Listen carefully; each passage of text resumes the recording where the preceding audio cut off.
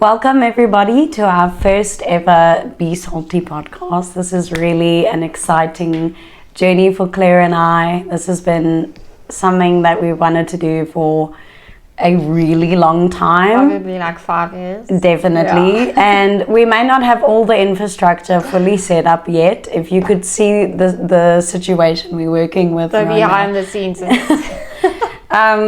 But our whole intention and heart for this podcast is that this is a place where people can come together and share stories. And our goal is that each and every person that listens to this podcast can feel inspired in some way, can feel like they can go out and be different in whatever way that looks like.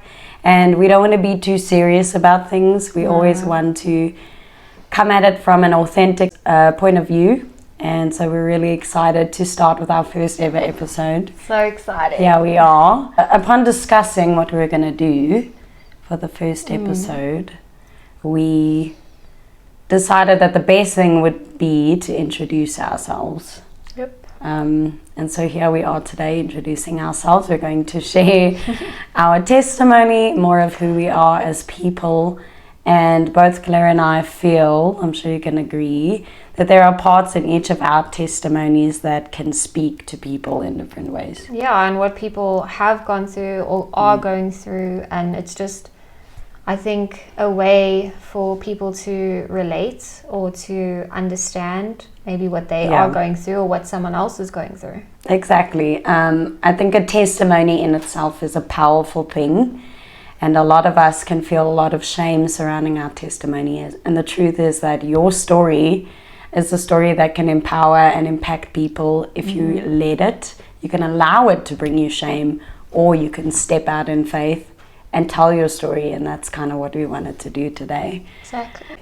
So we're going to be covering a variety of parts of our life, and we're going to go back and forth in terms of, different areas, different things that went on in our life. Look at the contrasts. Yeah, what we experienced, exactly. Our feelings about it. Yeah. So I thought I'd start off with early childhood for me, because I feel like childhood is such a defining point in one's life. I don't think we give it enough credit, but a lot of our childhood turns into how we process the world, how we view the world, how we view relationships. So for me, from young, I was raised in a fairly Christian home. My mom is a very strong believer. We were always in church. We were always in Sunday school. I have one sibling. I have technically 2 siblings, but my other sibling joined the family when I was about 16. So at the time, I had one sibling, and we would go to Sunday school, and that was my experience of God and faith. But behind the scenes, there was a lot of other stuff going on. My dad was a big-time comedian and musician, and so he was really involved in the music and entertainment industry, and that brought its own share of chaos and madness, substance abuse, alcohol abuse. And so from young, that was my experience. I would fall asleep in the booth at a bar, and that's just how it was. So for me, it was completely normal. I didn't see anything different about it.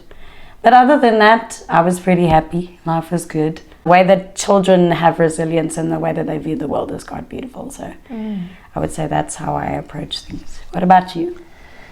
Yeah, so early childhood. So I grew up in a relatively, the normal family, mom and dad and an older sister.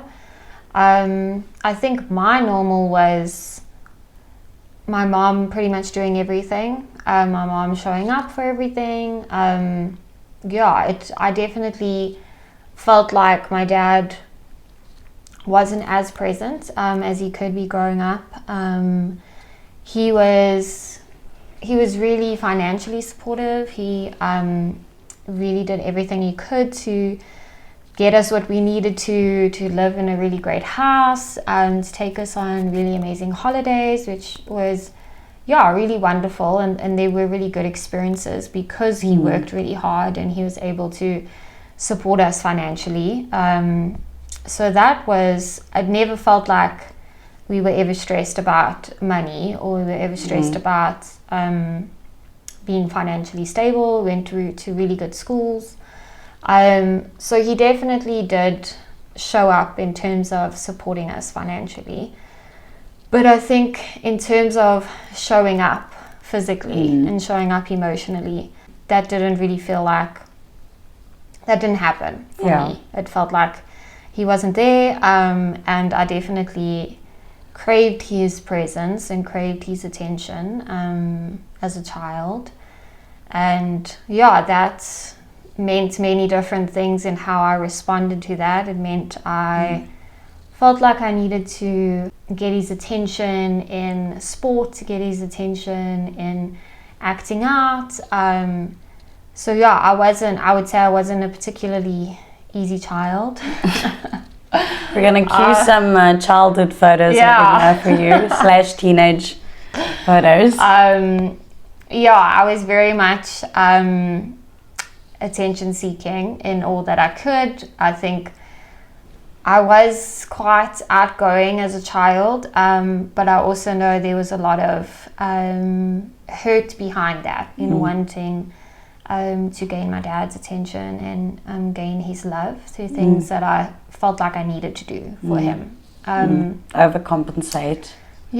So I guess that was my normal, my dad not really being around. And even in general, like the bigger family outside of our micro family, like the dads in most of the families were just working really hard and trying to support their families financially and just not being that present.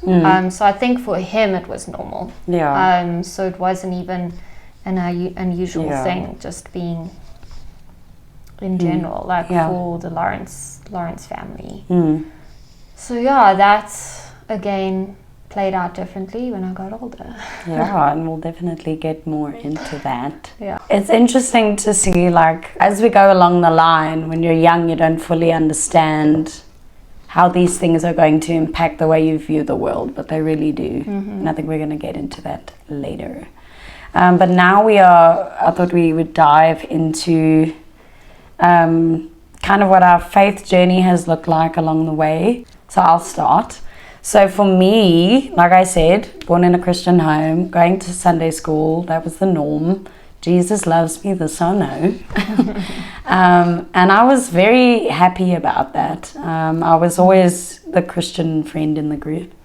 But as high school approached, I think really for a lot of us, that's kind of where we end up. I don't know, the wheels start falling off a little bit. That felt like it was the case for me. I was really desperate to find who I was. Because I had, at this point, 2 older brothers. My other brother joined the family. I felt like I needed, or I had something to prove, and so I was always hanging around with them, getting up to nonsense, smoking things I shouldn't have, drinking underage, doing those kinds of things. And my faith wasn't a huge part of my life at that point. And it was only when I was in grade 9 that my parents had moved somewhere closer to a church, and they said to me rather, there's this youth group, maybe you should attend. At the time I didn't really know what a youth group was, but I went anyway. And I just loved it. I felt really loved and welcomed, and I was obviously very desperate for belonging. So that was a really lovely place for me to be. My brothers didn't like it so much, so they skated on out of there. They're skateboarders. But I ended up continuing. I kept coming to youth. I kept doing that thing and all that. And by the end of that year, I went to a camp and I gave my life to Jesus. And I felt like that was so distinctly different to just being raised in a Christian home. At that point, I felt like I really made a conscious decision, and that's kind of where faith takes a turn in anybody's life, really, is where you have your parents' values and beliefs, and you reach a point of maturity in your life, or you reach a crossroads where you have to make that decision for yourself. And that very much was my decision. And I remember leaving that camp and feeling just completely changed in every way. I refused to drink anymore. I refused to continue smoking. But for me, the biggest thing was that I wanted a relationship with Jesus. And I started to actively pursue that. And years down the road, it's been all over the place, to say the least. I don't think anybody's had a picture perfect faith picture. But still pursuing. And yeah, that for me was the turning point. How about you? So, my mom, I would say, I grew up, I don't know if I grew up in a Christian home. We grew up where maybe doing religious things and attending church was our faith. I don't ever feel like it was relationship with God was important, what was spoken about or prioritized. So my mom and my nana, they really introduced me to church from a young age. We grew up in an Anglican church, which is also very different, very traditional. So even just growing up in a traditional church, there is emphasis on the religious things you need to do. When you need to stand, when you need to sit, when you need to respond to prayers, and it doesn't, there is beauty in what is said in the prayers, and there's a lot of meaning behind how things are done. But for me, there was never emphasis on relationship. There was never emphasis on having any kind of closeness to God, speaking to Him directly, having a friendship with Jesus. There was never any conversations about that or emphasis on that. So I felt like I was just going through the motions. When I was younger, we were attending Sunday school, and I got christened as a baby. And then as I got older, things at home also were difficult. My parents ended up getting divorced when I was 14, right in the prime time of becoming a teenager, and also not delightful. Not knowing who you are or what you want or who you want to be, and then coming from a broken home just confuses things even further. And then also my relationship with my dad was not really good at that point either. So I feel like at that point my heart had really hardened towards men, towards relationships, towards many things really. So at that point I was still attending church. I was kind of helping out at Sunday school, but also just going through the motions. I felt quite judged at my church at that point because I was quite different. We were both seen girls at different occasions. So I went through like black nails, black clothes, lip ring, phase. Rebellion.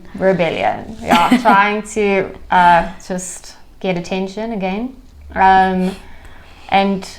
Purposefully trying to pursue being different, but not necessarily distinctly different. I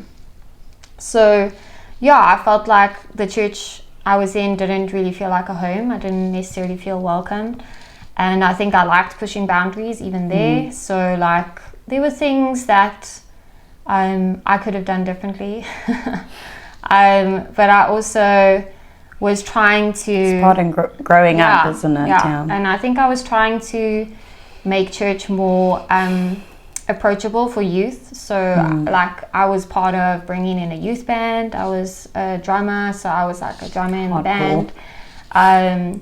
Constantly trying to fight it. I felt like I was fighting the system. I was always fighting the man, even in church.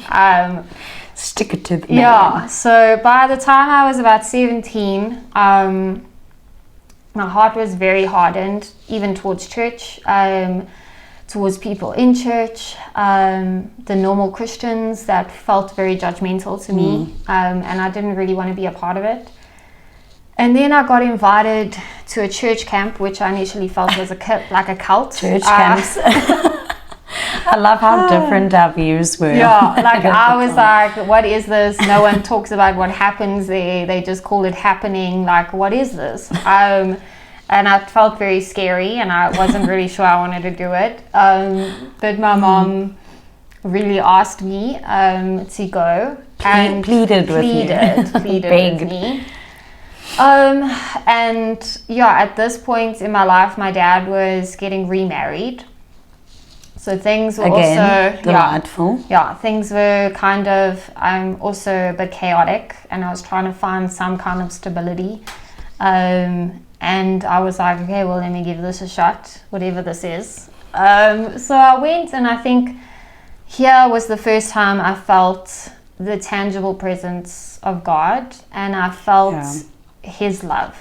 I'd never felt so overwhelmed by love ever in my life. Like, it was in that moment that I knew that I was fully seen, fully loved, and fully known by Him. I didn't know who He was at that point. I just knew this was something I'd never felt before, and it was something that I wanted to feel again.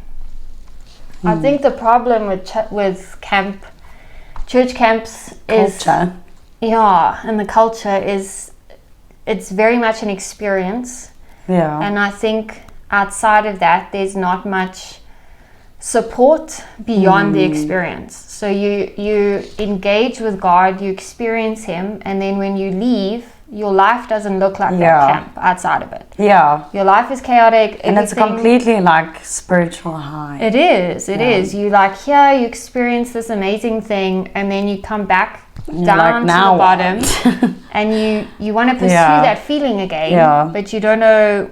There's not as much direction. No. And I think I got a bit lost. I also think I got very scared because up until that point, I definitely didn't feel, I know I was loved by my family, but I didn't feel like I was loved.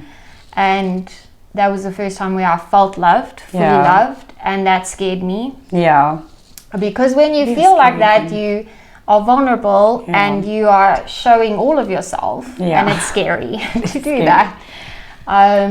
So I think after that point, I knew, like, a part of me knew I wanted that again, and I wanted to find out what was behind that feeling, what was behind that experience. But the other part of me was running away. Very much so. So it was kind of a fight from that point on between the two parts of me, pursuing it and then running away, pursuing it and running away. And the different parts of my life looked wildly different. I was trying to be a youth leader. I was like speaking at church, like at school, about being a Christian, but then on the weekends I was watching live bands and getting completely wasted, Fridays and Saturdays. So it was very much like one extreme to the next. Literally. So and I feel like when we make that step into faith, when we really Clay mentioned that she felt like really loved, I feel like that is just the Holy Spirit. And when we experience that, especially for the first time, it's so transforming and so life-changing. But I think in the moment we aren't fully aware that the flesh is still at play here, and so we have the spirit and we have the flesh. And I feel like new believers especially almost are under the impression that everybody that is going to church, everybody that is doing the right things is living by the Spirit, and we forget that the flesh still has power over us. And I feel like part of maturing and growing in your faith is realizing that you're always going to have that, it's always going to be a part of your battle. Exactly. But realizing that as a Christian, you have the power to go beyond that and to walk and live by the Spirit. Definitely. It's just a constant struggle. It's a daily choice thing. And that is also finding maturity or maturing in that, is realizing that I can't just make a decision one day and then wake up every day and I'm just going to be perfect and I'm just going to live this amazing Christian walk. Or that life's going to be so much easier Yeah, now or the because past I'm is Christian. completely forgotten. Yeah. You know, like, yes, Jesus wipes that slate clean, but it's a daily walk with God. It's not this once off. No. I feel like the analogy is losing weight. I was under the impression that the moment I lost weight and I was at the gym and I worked hard, then I wouldn't need to keep working out anymore, which I feel like a lot of us think that you could just lose the weight and then you're good. It's done. Yeah. You don't ever have to work out again. And the truth is, like, I actually woke up and realized that one day I was like, I can't actually just stop now. No. Like, because then you just go back to where you were. You start slowly getting into those old habits. And I feel like faith is a lot like that. It is. You have to actively keep building those muscles. Yeah. If you don't keep walking in that, then you're not actually going to see what God is trying to show you. So, and I think with each decision and each choice you take when you walk closer to Jesus, I think the first however many are difficult. Yeah. And it's like it's still difficult. It's like you put in a lot of effort to take that tiny step towards him, but I think, like you said, the more steps you're taking, the more choices you make that lead you closer to him, the more of him you experience, the more of his joy you experience. Exactly. So it makes you want to take the steps more. Exactly. It still takes work and it's still hard, but you know now what you're really kind of getting out of it. Yeah. So it makes you want to pursue it more. And that, like I said, is a journey. It doesn't happen one day that you know that. It really is a journey, and it's about growing in that awareness that you are loved. Because I feel like that's the biggest part of the faith walk or the Christian walk, is that I'm still the same messed up person, still really sinful, and I'm still really broken, but I'm definitely more aware now that I'm so much more loved. And in my brokenness, he set me free and he died on the cross. So it's that awareness, I think, that you also grow in. So I thought the next topic I would talk about is just my marriage life and relationships we thought we'd get into, because that's also one of the things that we wanted to dive into on Be Salty, is how we approach relationships. In terms of me, I've been married now for how many months? 8 months? 9 months? Yeah, 9 months. Yeah. 9 months, I want to say. But it's been an amazing journey. It's been awesome. Growing up, I was like really boy attention crazy, especially in my youth. I just loved boys. I just loved them. And I went through my own share of dating nightmares and all kinds of relationships. But I'm so grateful that the Lord really protected my heart, and I feel like he gave me the wisdom to guard my own heart in those relationships, that I never had a relationship where I felt like I gave it all away. And I'm grateful for, there were times where a guy would break up with me out of nowhere and I'd be like, I thought you cared about me, and I'd be so heartbroken and I'd be like shouting at God, how could you do this? Why, you know? And only later in wisdom would I be thinking like, okay, I actually think that was God trying to protect me there. So it was really cool seeing that, especially in hindsight. In the moment you're like, how could this end? And then you realize later that it was for your own good. And I feel like I saw my fair share of that in my life, and that was amazing. I feel like adult hurts are very different to teenage hurt, and that was more or less where I experienced real true heartbreak, was when I was about 20. How old was I? 20? 20-ish. Yeah. And the pain was so deep and the wound was so deep, and after that I kind of made an internal decision where I just was not looking for anything. I was very much like, Lord, you take my heart, and the next person I talk to, I really do not want a part of my life unless they are the one. And I was young, but I was very much, I believe that wholeheartedly. And later started talking to a young gentleman who happened to be one of my best friend's brothers. But when him and I started talking, I was very much still on edge, still on guard. And I see that as God, I don't know, I felt like God was definitely protecting me there to walk wisely and to not, I tend to wear my heart on my sleeve. And in the past, if I liked somebody, I would tell them right away.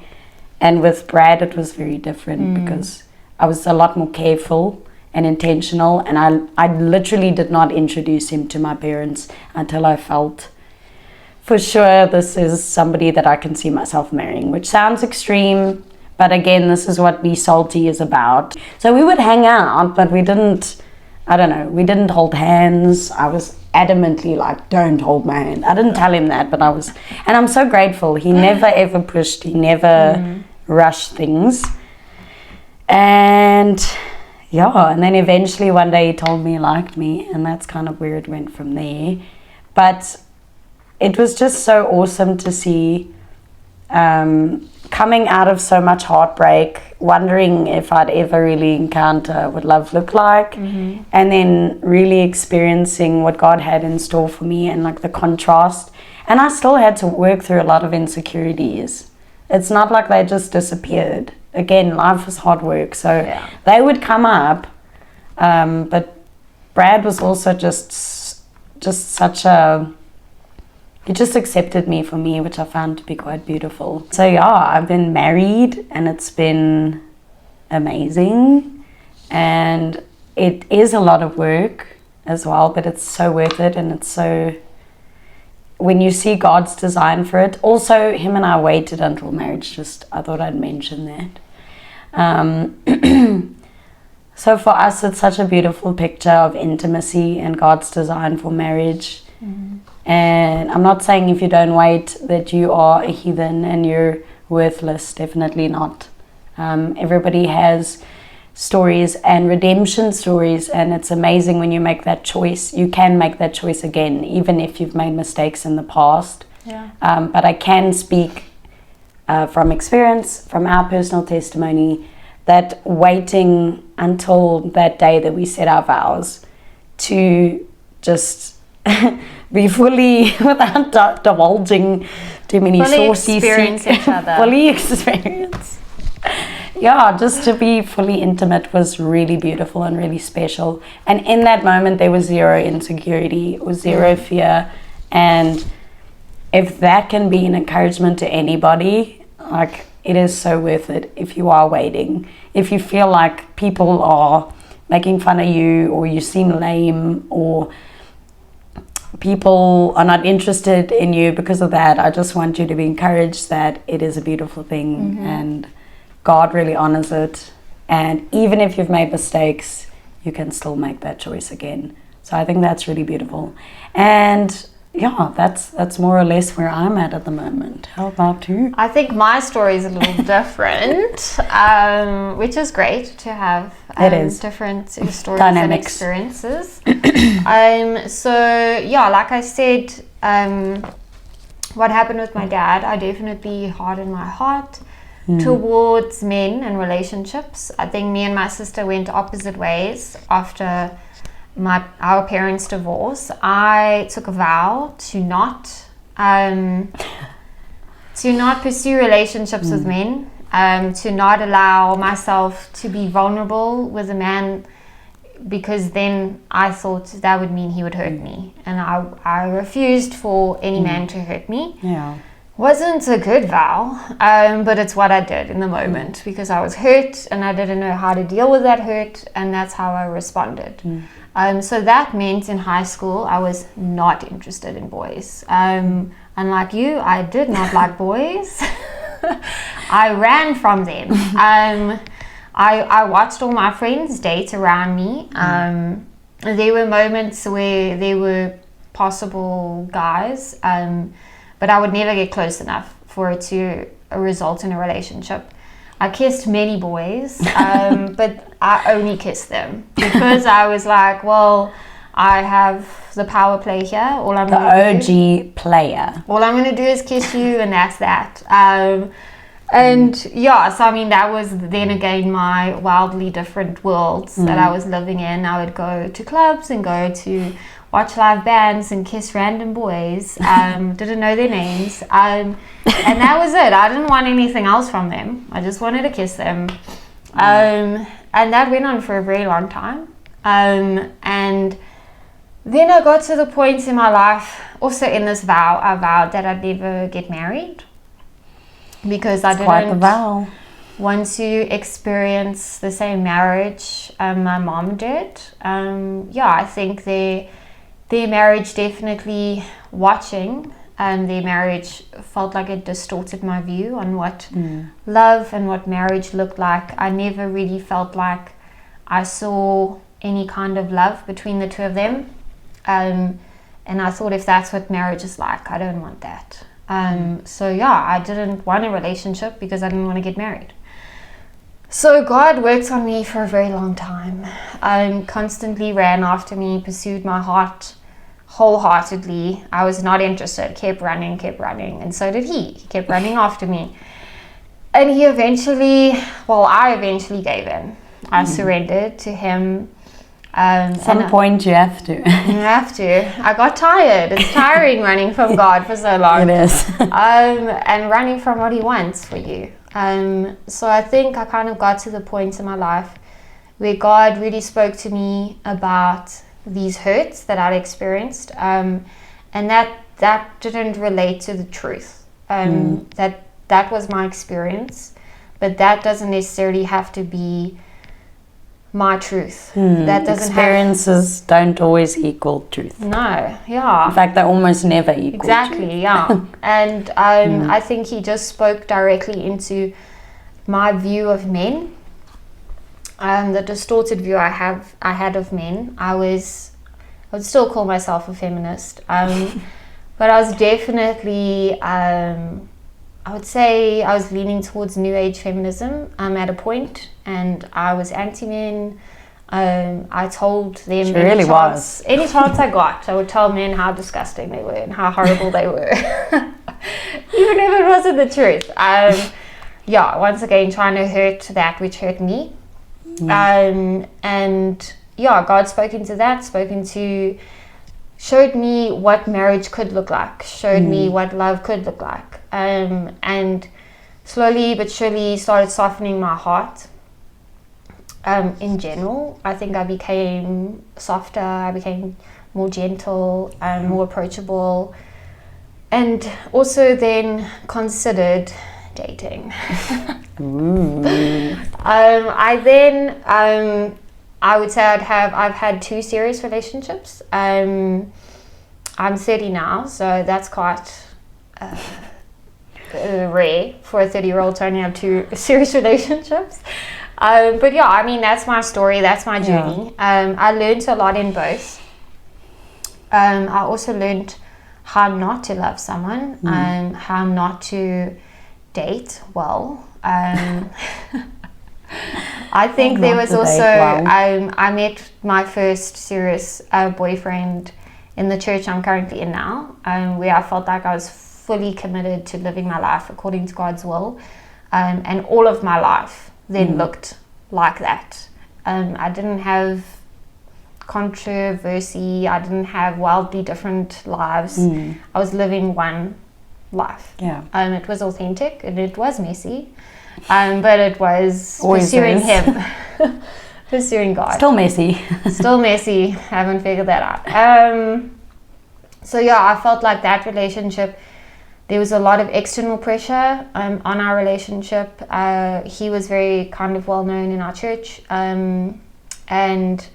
I think the pressure of the people within the church contributed to it being more difficult than it had to. I think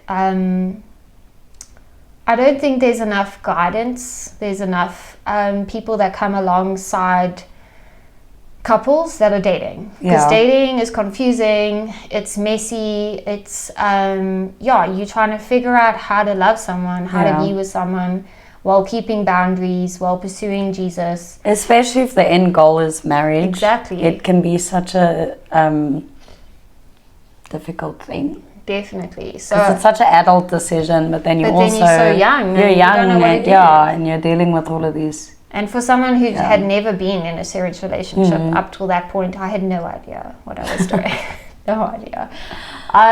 So yeah, that ended obviously in a breakup. It was quite a long relationship, 3 years. I learned a lot. I think I've changed a lot because of it, for the better. At the time, it was a massive heartbreak, probably the biggest hurt I've ever experienced. And and I had no idea what God was doing. I was so confused. I thought this was the person I was marrying. I had also at that point idolized marriage, and like this was the goal. Like this was what I had to do with my life. If I wasn't married, like I wasn't the perfect Christian woman. Which really put a lot of pressure on the relationship, on him, on me. Yeah, and there were many reasons for the breakup, but ultimately it's not what God wanted for me or for him. Simple as that. Literally. And then after that, I was super intentional about asking God to heal my heart. I took a year of me just focusing on him. Luckily, it lined up with lockdown. So there was no way of pursuing anyone else. Stuck at home. It was just me and Jesus for a very long time. And was probably the time I ever felt closest to him. The time where I felt like he really revealed who I was. Really revealed what I can pursue, like what my life could look like. And I really did feel content with my life, being single. I've had many other dating experiences with online dating, which can be a whole other episode on just online dating, because it's an interesting world. Please, let's get into that topic at some point. So that's how I met my second person that I dated. This relationship was very different than the first. Not in the best way either. Not in a good way. I think the thing with dating as a Christian is you assume, firstly, not a good thing. And secondly, you have expectations. Big assumers. Yeah. You have these expectations of what a Christian relationship will look like, or what someone is going to be like if they say they're a Christian. And I think the biggest lesson I've had to learn is just because someone is a Christian doesn't necessarily mean that they live a life according that there's to fruit. God. Exactly. So might be plastic fruit. Yeah, exactly. So I mean, it wasn't a great relationship. I would classify it as abusive. It really did mess me up quite a bit. All the work that I felt I had put in that year with Jesus felt like it was destroyed in those 6 months of that relationship, which I allowed as well. There's always 2 people involved, and I went into it willingly. There was a lot of manipulation in it though. I think it again taught me a lot. It again taught me what I don't want, what I'm not going to look for in a future partner. And that I still need to guard my heart. I think just like you, I'm very much like all in something that I want to do from here on in. So I'm currently single, not married.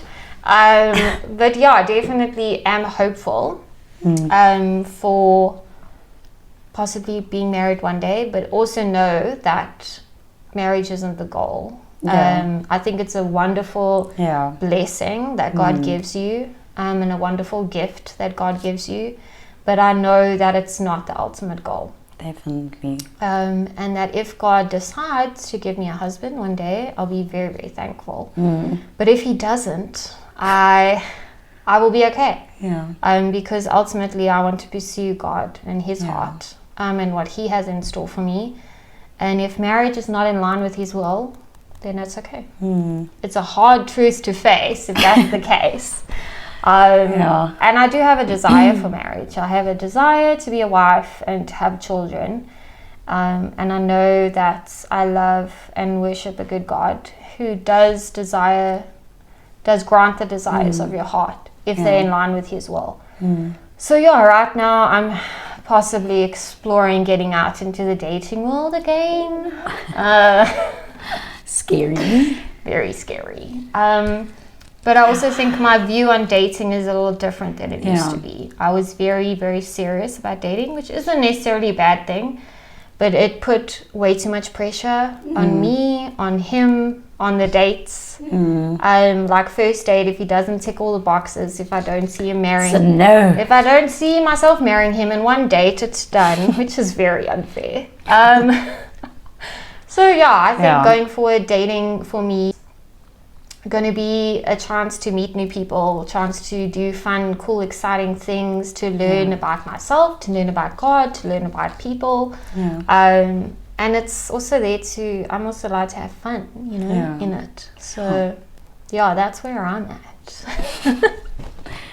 I love how it's different, how our stories are different there, but it's really cool to know that God gives us wisdom, and wisdom doesn't always come with, I feel like we pray for wisdom and we think it's just gonna appear in our minds, but wisdom comes from experiences, and that's why I say sometimes we go through something painful and something really hard and we don't really understand what the heck God's point was there, and then later we're like, oh, wisdom. And I feel like with your story, it's interesting. You were either one extreme or the other. And I feel like through those hardships and through the contrasting relationships, you were able to take the truth, take the wisdom from it. And now you're a lot more self-aware and aware of what you're going into, which is so great. So wisdom does come at a price. It does. But it is a precious gift, and the Bible says that it's a really precious gift to have. And ultimately we want more of God's heart, as you said, and that applies to every area of our life. Anything in life can seem so ideal and so amazing, and you may look at other people, especially with social media, which we'll talk about. We may want what others have, and we sometimes forget that God is sovereign and his plan is ultimately the best plan that we want for us, at least. And it's really hard to trust that sometimes. It takes blind faith at times. It really takes not knowing where God is going to lead you and just trusting that as a loving father, he would not lead you into a snake's pit again. Of course, sometimes we get ourselves in those situations. Sometimes we choose that snake, but we see all the signs, all the flags. We do. And we jump in. We do. But that's why if we can take each experience and gain wisdom from it, then that's ultimately... It really is. I guess that's what life is, right? Yeah, definitely. And I think just to conclude, if we could just briefly talk about where we're at the moment, what does it mean approaching God as a 20-something-year-old and a 30-year-old? Well, I'm 26. I forgot the other day. It was my birthday and I forgot. So that's how we know I'm too old. No, I'm kidding. So what does that look like for us? We are well into adulthood. We're not even approaching adulthood. We are adults. So what does that look like for us? And for me personally, it means a lot of things. We will dive more into my story as we get on. But for me, it just means growing to trust the Father again. We were talking about this just now, is as you get older, you lose that childlike way of approaching God or approaching life even. Ignorance is really bliss, and that's probably why kids just are happier and more carefree. And as you get older, you become so much more aware of everything, of what to do, of what not to do. And there's so much guilt attached to things that are unnecessary, and adults often just put that on ourselves, really. And so for me, it's just been learning what it means to approach the Father specifically, because I know we have the Father, the Son, and the Holy Spirit. And specifically for my journey, when it comes to the Son, I know I'm forgiven. I know I'm saved. I know I'm loved by Him. When it comes to the Holy Spirit, I know I have access to the Holy Spirit. I know that He's there. I know that He's with me. I know that He gives me spiritual gifts. But then when it comes to the Father, that picture is a bit shaky. And it's important to remember that they are 3 in 1. Yeah. And if there's anything that's hindering the way I approach the Father, and remember that Jesus was our path to the Father. So that's something that's part of my personal testimony at the moment is I know Jesus is there. He's my homie. But it's like I stop there and I'm still scared to approach the Father. So that's kind of where I'm at. And that's really vulnerable and scary to share, but that's where I'm at. And that's kind of what God is trying to work through with me, I suppose, is just gaining that trust again of God the Father. Thanks for sharing What about you?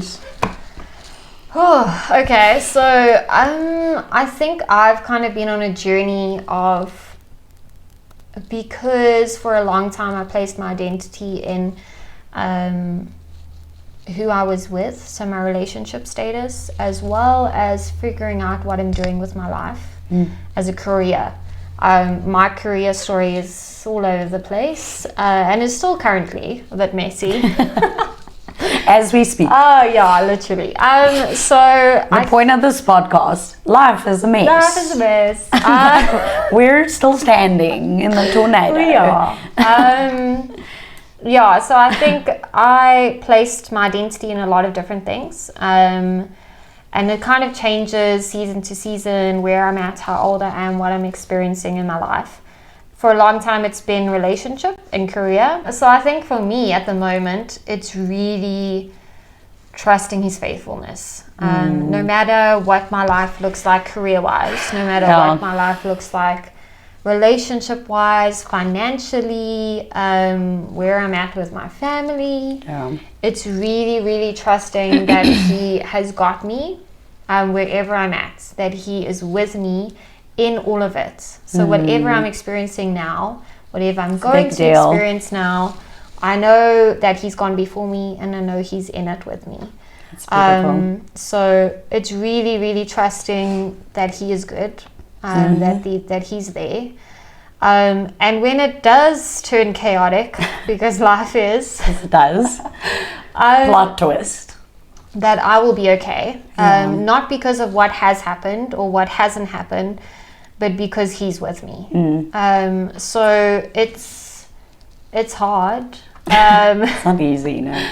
Definitely difficult. And it's like we said at the beginning, it's a daily decision, it's a daily choice to choose His faithfulness over my anxiety, like His decisions over mine. Especially our emotions. Like it's really, really is a difficult decision, and it's a daily one. But that's kind of what I'm walking through at the moment. So good. That's so good. So I think those were our concluding remarks, and we've shared a lot today. We really hope and trust that this has been a time where you've been able to take what we say with a pinch of salt, but really to, pun intended, but just to, if you can take wisdom from what we have to say. We're young. We even 30 is young. Are broken. We're figuring things out, but we're really excited just to step out and share our stories, and this was the first step to that. And if you really liked, if you really enjoyed, please feel free to subscribe. We would love that. Subscribe. And just join us on this journey. Yeah, it is you a are coming journey. along with us, figuring it out. Like, we Exactly. don't have it figured out. We don't. This is us figuring it out with you. Exactly. To be salty means to be different. It's to enhance our life and those around us through our faith, through being authentic, because that's a big deal for us. Yeah. And yeah, please do subscribe if you haven't already. Yeah, even if you get to witness us making fools of ourselves, which we Fine. probably will. We're putting ourselves out there. Exactly. that's So, what happens. yeah, we are excited for this journey and whatever that looks like. Awesome. So from myself, Robyn, And Claire, we will be signing out, and don't forget to be Be salty. salty.